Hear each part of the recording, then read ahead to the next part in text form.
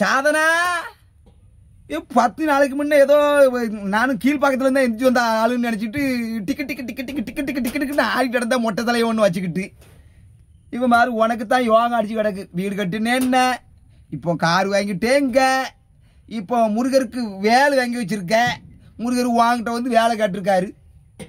உனக்குலாம் அடிச்சு கிடக்கு லக்கு. நல்ல ஆள் நல்ல மொட்டையை வச்சுக்கிட்டு பல பல பல பல பலன்னு ஆயிட்டிய.